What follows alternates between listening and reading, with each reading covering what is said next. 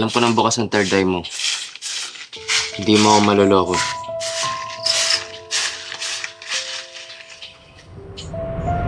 Tao po!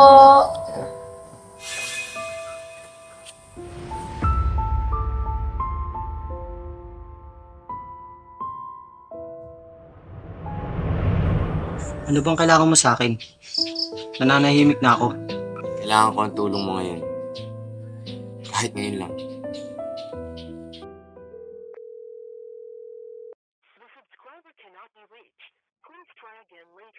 Where's Manong na ba kasi? It's so hot in here.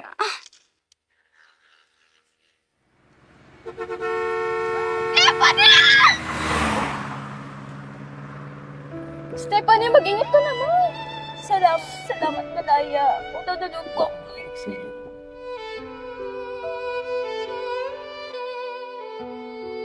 Mukhang magkakaayos na sila ah.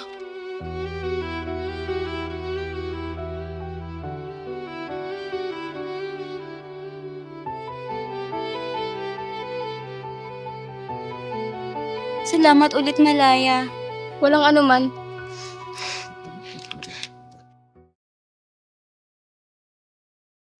Ma! Ano namang itong naririnig ko kay Ninang?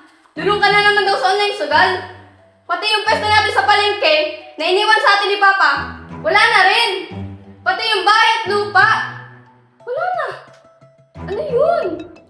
Paano natin yun babayaran lahat? Sinusumbatan mo ba ako? Hindi kita sinusumbatan. Ang iniisip ko lang, paano natin babayaran yun? Kahit yung kita ko sa pagbablog, kulang pa rin yun sa pambayad ng utang mo. Wala kang karapatang pagsalitaan ako ng ganyan! Nanay mo pa rin ako! Ano ba namang buhay to?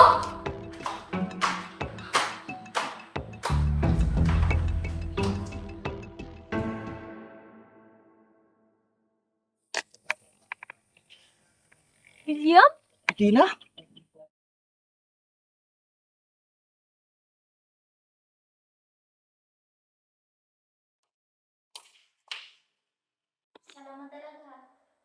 Ano pong ginagawa niyo dito?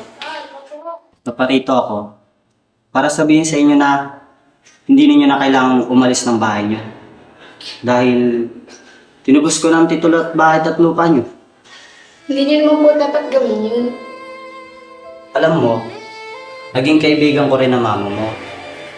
Yung nalaman ko yung nangyari sa inyo, hindi na ako nagatubili na tulungan kayo at ibenta yung mga alaga kong baka. Naku, nakakahiya naman po. Hayaan niyo po, pag nagkaroon ako ng pera, uunti-untiin ko po yung utang namin sa inyo. Naku, huwag mo nang kaisipin yun. Ang mahalaga, nakatira na kayo dito at hindi na kayo umalis. Salamat po talaga.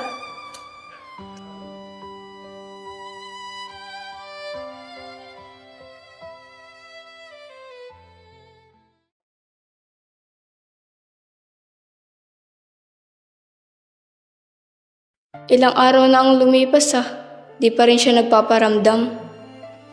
Kumusta ka naman? Ayos lang. Ikaw, kamusta ka na? Pakuramdam ko'y marami ka ng apo. Sa ilalim ng buwan, ako'y naghihintay. Baka sa hangin ang iyong pangalan.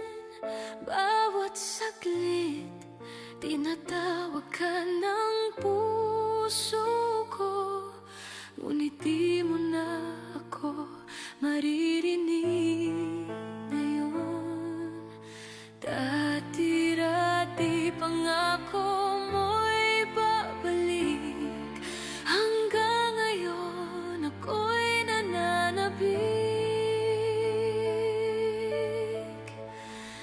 Nandito ako sa dilim ng alaala, nagmamasid kahit di mo na makita. Hawak ko